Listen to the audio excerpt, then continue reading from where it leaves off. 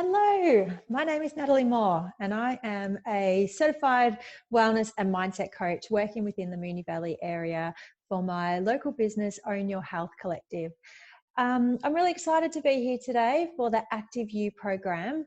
And today I'm going to be taking a little bit of a different approach to the sessions that you're probably used to. And I'm going to be talking to you about stress, and more specifically, giving you some mindful practices that you can use to help you manage and recognize your stress. So some of the things I'm going to cover off today is how you can start to understand and recognize stress in yourself a little bit more, as well as offering you some ways that you can manage stress, and then giving you some very practical, mindful strategies to choose the way that you respond and react to stress. Obviously, this is something that is very topical right now, given our current situation, but there are also practices that you'll be able to use not only today, but into the future as well. So for this session, I want to encourage you to keep a very open mind and start to tune into your heart, your gut, and your mind, and really be open to some of the feelings and emotions and thoughts that you may have as I'm talking about stress. But also as you work through some of these self-reflection exercises. This is a session to help exercise your mind. So if you've got a notebook and a pen handy, I would encourage you to go and grab that and use that as we work through the session. Okay, let's get started. So stress, we are all very much familiar with stress. We are very much tuned to things that cause us stress, and absolutely we've all had some sort of experience with stress. But the definition of stress is that it's an automatic physical response to challenges or any situations that require us to adapt or change. Okay, so we are living life as we would be, and all of a sudden something has unexpectedly changed and our body physically responds. Even more than that, we actually have a lot of emotional and mental tension or strain as a result of stress. And as I talk more about stress and what it does to our body, this definition will become very, very prominent in your thoughts, that it's very much about a physical, emotional, and mental response to situations. The key with stress is that we cannot avoid stress. Okay, life is turbulent. It is very unpredictable. Hello, our current situation. And, life, it's up and down. Every day, every week, month, year, we experience new experiences in our life. We are open to new emotions and feelings and things that happen in our life. And so we cannot control stress, right? And even without COVID-19 and our situation today, prior to where we are right now, we've all had some sort of level of stress. And as I mentioned before, what I'm going to be covering off is not just for you today, but definitely into the future as well. So when we can change our perception about stress, that it's not something that we can control or necessarily change, and we actually accept the fact that stress is part of everyday life. The way or the results that we get from stress is the fact that we perhaps end up in that autopilot default mode. So we start doing things, or we continue doing things as we have always done them. Okay, so we spend our day filling it up with things that we've always done because we feel like there's no other option. And part of that is that we're not tuned into the present moment. We're just constantly on that autopilot mode. I very much liken it to being on a hamster wheel, just forever doing that same motion every day. And that's what stress can cause within us. Definitely we can feel burnout and fatigue, okay? Dissatisfaction, so we might have, reduced performance, lack of motivation because we're feeling dissatisfied, whether it's at work or whether it's in our life or whether it's in our own health and well-being. We can experience some physical or mental illnesses, and much more broadly than that, we can experience, depression and anxiety. And of course, stress has a huge impact on our behaviors and our habits. Okay. And so when we're feeling stressed, we might respond in a way that we would typically not respond. So we might lash out or get angry. We might also change our habits subconsciously, you know, without actually noticing that we're doing it. And so things that make us feel good outside of being stressed, we might actually stop doing whilst we're feeling stressed, because it's, you know, we're creating that habit change as a result of the way that we're feeling.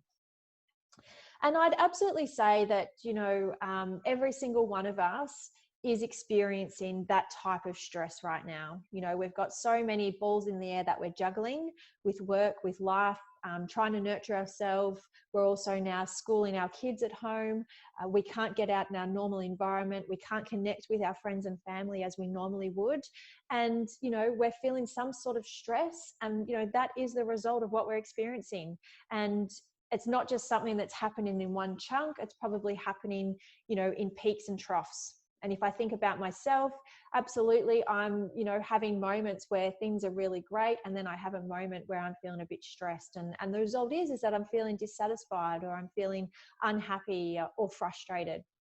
And what I guess I want you to take away from what I'm talking about today is that stress and the thoughts and feelings around stress are very, very normal for us as humans. And, you know, if there's one thing you can take away is that stress is a normal part of life, but it's the way that we respond to stress and react to stress that we can actually manage.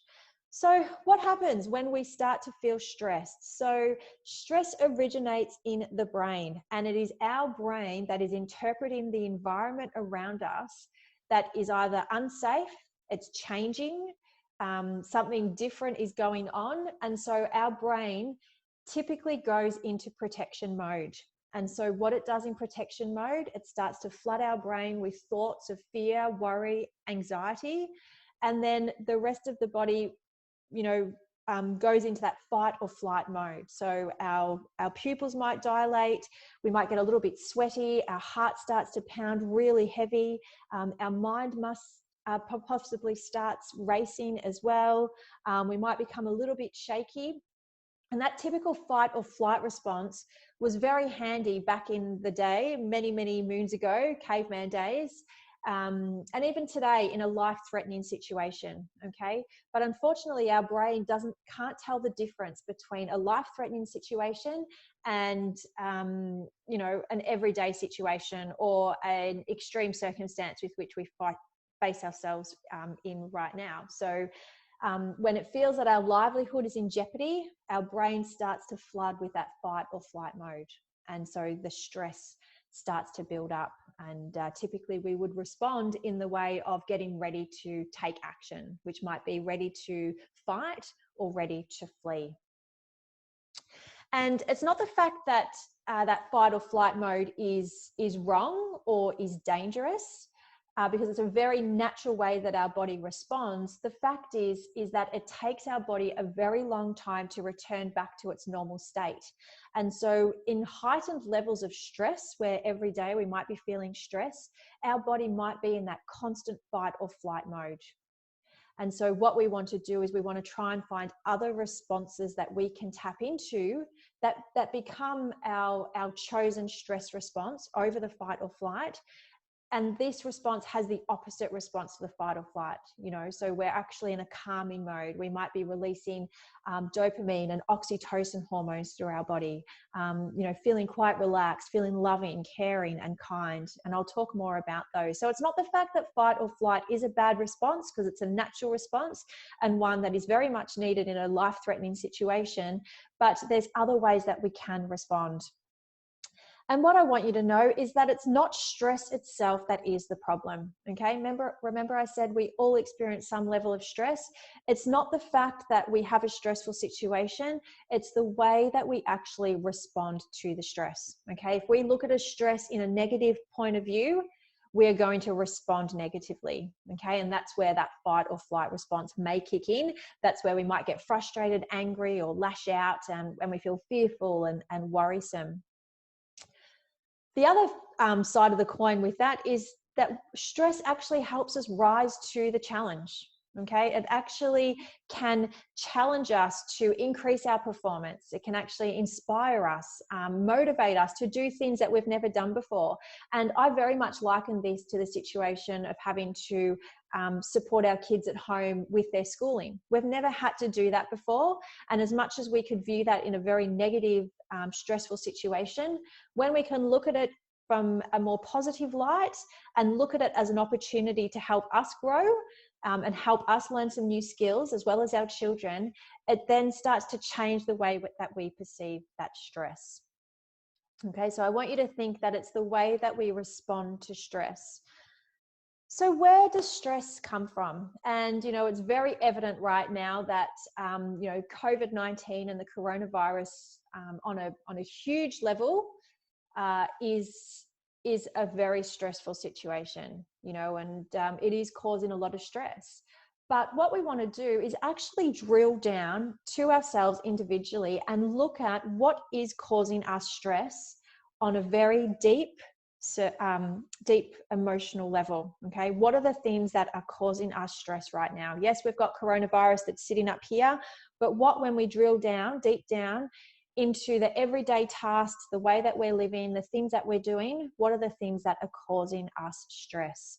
So I want you to grab your notebook and your pen and take a moment. You might want to pause this video. Take a moment to note down some of the key things that are causing you stress. Now, this isn't a moment to judge or get frustrated and angry about the stressful situations. It's simply about brainstorming things that are happening. Okay, so what's happening in your morning, what's happening during your day, what's happening at nighttime, what are the triggers that cause you stress right now? Now, when we respond to stress, as I mentioned to you, there are healthy ways and there are unhealthy ways to respond to stress. Before I get into the healthy ways, because the rest of this session is going to be focused on those, I just want to paint a picture around some of our unhealthy responses to stress. And again, these are possibly moments that or responses that we do unconsciously. It's just the way that we've always done it, and that's where that default autopilot mode kicks in. And so again, this isn't a judgment on these unhealthy responses, but this is typically the way that we would respond if we haven't exercised our mind to try and look at things in a positive, in a growth opportunity mindset way.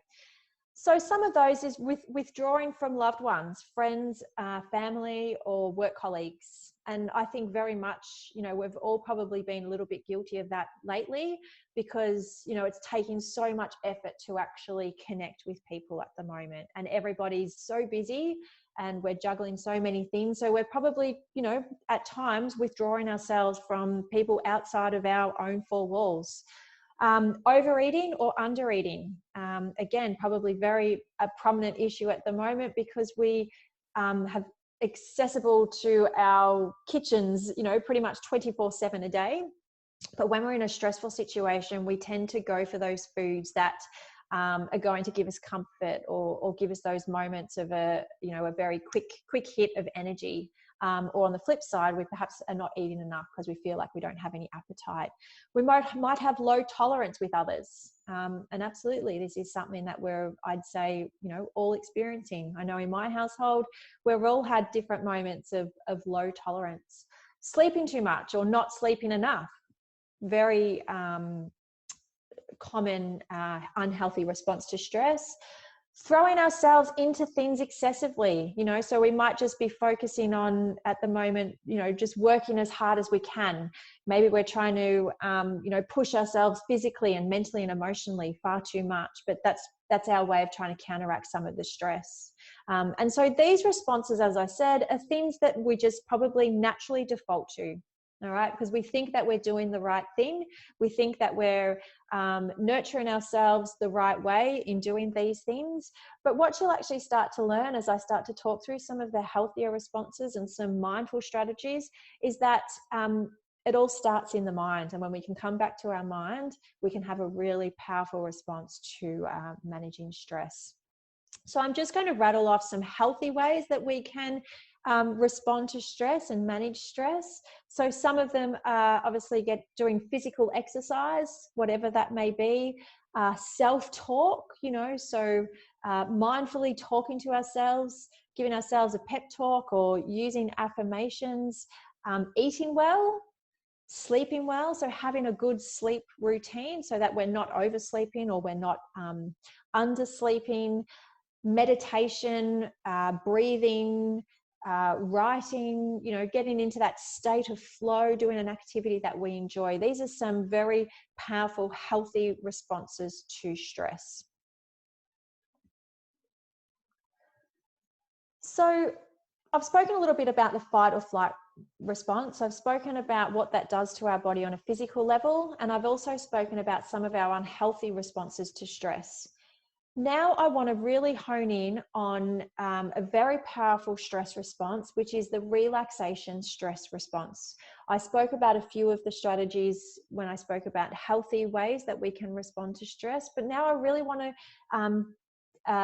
dig deep into mindful strategies and the power of mindfulness to help support our health and well-being and respond and manage stress in a very positive way.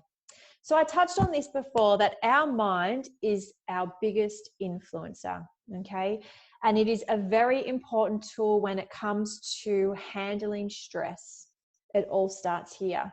Now, if you could note this down, this little equation that I've got, is because it's a very powerful equation when you can know it and refer back to it. So your thoughts, the thoughts you're having up here, create the feelings that you have in your body, which create the actions that you take.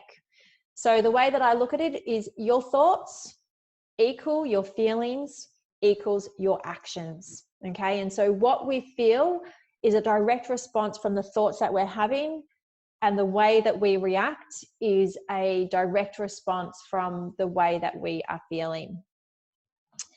And through mindfulness, we can start to exercise our mind to change our thoughts, try and cultivate a more positive outlook in our mind, but also change the way that we talk to ourselves, change the way that we perceive things, and start to look at things in a more positive, opportunistic way.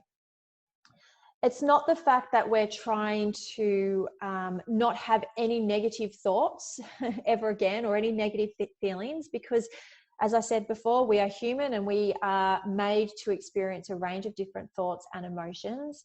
But it's about trying to bring in some more positive thoughts. Now, our brain has a negative bias, and so it will always find a negative thought over a positive.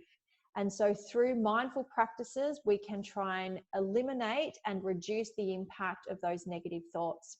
There's a lot of research out there to suggest that for every negative thought, we need to have 3 positive thoughts to try and counteract that. And that's what mindfulness allows us to do. So now I want you to have a think about the way that so you wrote out before the things that cause you stress. Okay, now I want you to take a moment to have a think about the way that you would normally respond to stress. What are some of the emotions that might come up for you? How have you typically responded to stress? So is it through frustration, anger, sadness? The key to this exercise is not about noticing.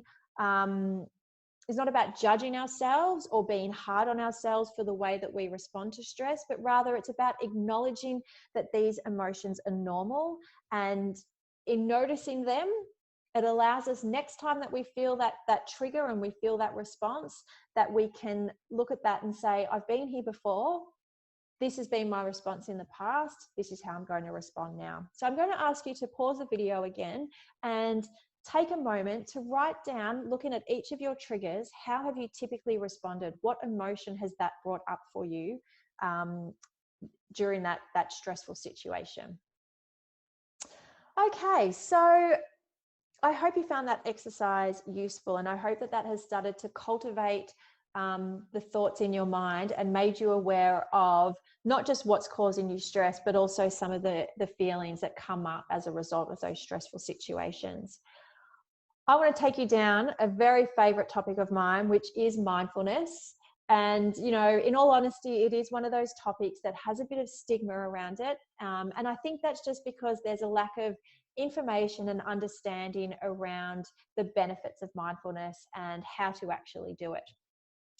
So there's a very well-known researcher out there, an advocate for mindfulness, and his name is Jon Kabat-Zinn. And the way that he defines mindfulness is paying attention in a particular way, on purpose, in the present moment, and non-judgmentally. Okay, so you are in this moment right now, doing the thing that you are doing. If you're watching me right now, you're here in this moment watching me, just being in the moment. And that is essentially what mindfulness is. It's about being, giving our complete attention to the activity that we're doing and being present and open and interested. Okay, we're not in the mindset of thinking about what we still need to do, what's coming up next. We're not stuck in the past worrying about what we haven't done or worrying about this thing or that conversation. We're here right now in our physical body, enjoying the activity that we're doing. So some of the benefits of mindfulness, and you know, there are a lot, and I could rattle all of them off. Probably the big one is that it allows to increase self-awareness. Okay, it allows us to notice what we are feeling in the moment. It allows us to notice our thoughts, and it also allows us to practice self-kindness, self-compassion, not just for ourselves, but also compassion and kindness towards others as well. It allows us to understand the difference between you and your thoughts. Okay, so we start to notice that we are a person here and our thoughts are in here. And it allows us to separate them, okay? And this is that whole thoughts, feelings, actions. It allows us to be connected more to ourselves and the things that are important to us in our life, and also the way that we want to live life. It also allows us to connect with others and the world around us too, more mindfully. And absolutely, it allows us to be more fully present, okay? It allows us to notice the good moments, notice the things that we're struggling with, notice how other people respond to the way that we are feeling, but also seeing how other people might be struggling, you know, what they may be struggling with, but also the good moments that they're having as well. In a world today where we are so busy and everything is about doing and about going, and we're just constantly go, go, go. Remember, think about that hamster wheel. Mindfulness allows us to stop and be right now. Non-judgmentally, but in that moment. So mindfulness is a really great way to help us manage day-to-day stress, and it helps us to notice when we are getting stressed and helps us to reduce it significantly. Okay, so it's one of those activities that we really want to have in our minds, our toolkit, that we can call on when we're feeling stressed, which we want to try and minimize that fight or flight response, default mode kicking in. We want to take down the path of the relaxation response. So one really powerful activity that you can do, and I think it's really an important activity at the moment, because we are looking for ways that we can connect with those around us more meaningfully, but also help build, you know, greater relationships, not just with our family and friends, but also with our work colleagues as well. Now, this is an activity that I do at the end of each day at the dinner table. I sit down with my husband and my 5-year-old daughter, and we go through this 3-question exercise. And I just love the fact that it allows us to talk about things other than, you know, just small talk, because at the moment we're home with everybody 24/7 and we're running out of things to say. So this allows us to have some meaningful conversations and open up about you know, what we're enjoying, but also what we're struggling with. So the 3-question exercise, and again, I'd encourage you to pause the video after each question so that you can write it down. First question: what is going well for you right now? All right, or what has gone well for you in your day? Okay. Second question, what are you struggling with? Or what have you struggled with today? And third question, what key learning do you need to help you through this struggle? Or how could you turn this struggle into a learning opportunity? All right, the beauty of this exercise, as I said, is it opens up some meaningful conversation, but it also allows us to start to notice some of the good things in our day. It allows us to normalize some of the struggles. It also allows us to appreciate some of the things that our family or friends are struggling with. And then it allows us to turn that into a learning opportunity. So we're tuning into that growth mindset. This is a very mindful, positive, mindset-related exercise, which I'm sure you would get a lot of benefit out of, doing it at the end of each day with your family. I also do it in a work context at the end of each week as well, and we reflect on the past week. So mindfulness comes in many different forms, and what I provided there was one mindful activity, which, a lot of people would look at that and perhaps not think of it as a mindful activity. We tend to always come to that meditation exercise, and I'm not discounting that in any way, but there are a lot of simple things that we can do in our day without it being onerous or without actually contributing to our very long to-do list. So I'm going to talk through a few of these strategies. And again, take some notes as I'm talking, because what I'd encourage you is to try some of them and see what works. So firstly, find an activity that you enjoy, okay? What passions or personal hobbies do you have that makes you feel good and really brings you into that state of flow? Okay, when we are mindful, we're in that moment. Remember, it's about being in that present moment. So what passion or activity do you have that makes you feel great? How can you do more of that in your day? Okay, and it might even just be 5 minutes, 10 minutes. The key with bringing in some new practices into your day is about consistency and about building a habit. So I always encourage people to start very small. So even if it's 5 minutes. Movement. I've spoken about movement as a very healthy response to stress, but what movement activities or exercise can you do that makes you feel good, that is going to make you, again, enjoy it whilst you're in the moment? And some of the ones that I love, walking, yoga, running, Pilates, whatever it is. I think, we can very much get caught up in doing exercise because we feel we should do a certain type of exercise. But is that actually contributing to your overall health and well-being if you're constantly looking at your watch saying, is this going to be over? So find an exercise or a movement that makes you feel good, that's going to make you feel connected to yourself for that period of time that you're doing it. Mindful eating. Not sure if you're familiar with mindful eating, but this is a great one, okay? We very often, particularly when we're stressed or we're rushed or under pressure, we will just constantly throw food into our mouth really, really quickly because we feel it's just eating is a chore. But that actually affects the way that we digest our food. And so we want to be mindful and actually sit down and enjoy our meal and allow our food to actually go into our mouth, experience the sensations of the food in our mouth, and then feel it, go in through our body. So mindful eating. So some really good foods for mindful eating: soup. Think about soup. We can't, walk around eating soup. Even having your morning coffee or daily coffee and actually saying, you know what, this is my moment to mindfully enjoy my coffee, be in the present moment, enjoy the taste, enjoy the moment. Maybe you say to yourself that breakfast, lunch, and dinner, I am going to make a conscious effort to sit down and enjoy those meals. Even if this is something that is tricky for you, maybe pick one meal. Focus on one meal that you are going to eat mindfully each day. Now, breathing, okay? We know breathing is the source of life. Without breath, we would not be here. But how often do you actually tune into your breath? How often do you notice your breath coming in and out of your body? And I'm going to talk a lot more about this as I work through a very simple meditation exercise I'm going to give you. And that's all about the breath. And that's all about connecting to your breath. Now, a couple of other mindful strategies that you might be interested in trying is gratitude.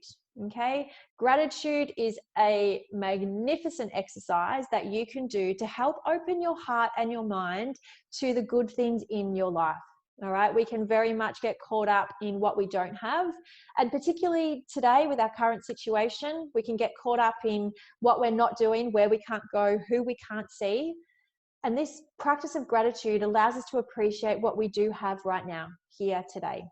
Okay, so a very simple gratitude exercise that you could do at the end of each day, write down 3 things that you are grateful for. Okay, if you are new to a gratitude practice, it might take you a little bit of time to actually think of those 3 things. But what you find, and if you remind yourself this is all about exercising the mind, the more that you do this, and if you do it on a daily basis, you just start to notice the good things in your day. And you'll actually have moments in your day where you will just feel so grateful, and you'll bank that away for your gratitude exercise in the evening. So gratitude opens your heart to what you have today. It also helps you notice things in your day that perhaps you had never noticed before. But it fills your heart and it makes you feel great. Self-kindness. So again, it's about how can you talk to yourself in a mindful, kindful way, which makes you feel good. Okay, so journaling is a really great self-kindness exercise where perhaps you're just writing down about your thoughts, writing down the things that make you feel good. You know, we're tuning into our thoughts. We're creating some self-belief and self-talk, which makes us feel good and makes us feel kind. So they're just a couple of mindful strategies or practices that you could do. Again, it's not about loading up your day with lots of many different things that you're just not going to have time for. It's about choosing one and working through one and making that a habit. Okay, so start small, but be consistent. Now I want to take you through that breathing technique before we finish up. And it's called STOP. Okay, so very simple, STOP. And I'm going to walk you through this breathing meditation right now. So I'm going to ask you to stop what you're doing. Obviously you're listening to me, but if you've got a notebook or pen, just put things aside and just take a moment to stop. I'm going to invite you to close your eyes, or if you'd prefer not to close your eyes, just lower your gaze. All right, so S is for stop. So we've stopped. Maybe you need to adjust your posture. So sit upright, shoulders back. Just sitting here in a comfortable position. Now I want to ask you to take a deep breath in. Now when I say deep, it's a diaphragm breath. So really breathing in from the belly, expanding your belly as you breathe in through the nose. And then breathing out through the mouth and really letting your belly cave in, trying to get every little breath out. And if you feel inclined to, take another deep breath.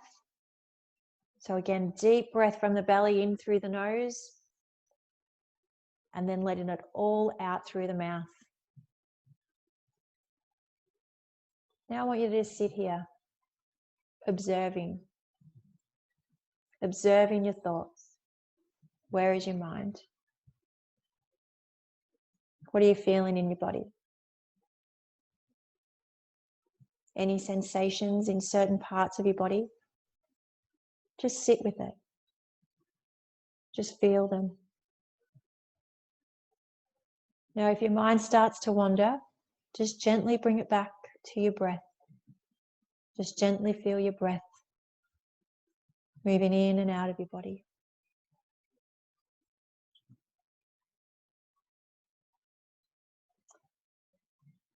And now I'm going to ask you to take one more deep breath in through the nose and releasing it out of your mouth. And now you can open your eyes and proceed with your next activity.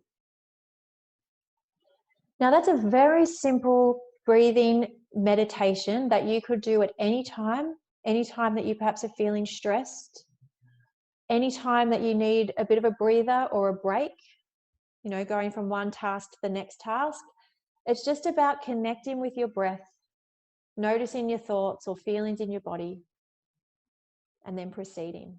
So remember that, STOP.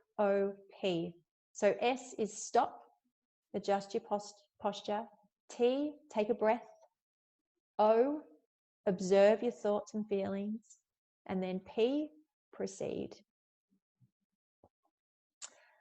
So that's it for me in terms of stress and my mindful practices that I wanted to share with you today. I hope that you have taken a lot from this. And, I just want to leave you with, one summarizing message that stress is normal. Okay, we are human. We are all open to feeling stress, but it's the way that we respond to stress. And we do not have to default to that typical fight or flight mode. We can actually choose our response. And through mindful practices, we can actually exercise our mind to respond in a way that we want to respond. So I'd strongly encourage you to choose one of those activities, give them a go, see how you feel, and keep at it. It's practice over perfection, and it's just simply about building that habit, building that consistency into your life. So I wish you well. Take care. Stay well. That is it from me, Natalie Moore. Thank you so much. Bye.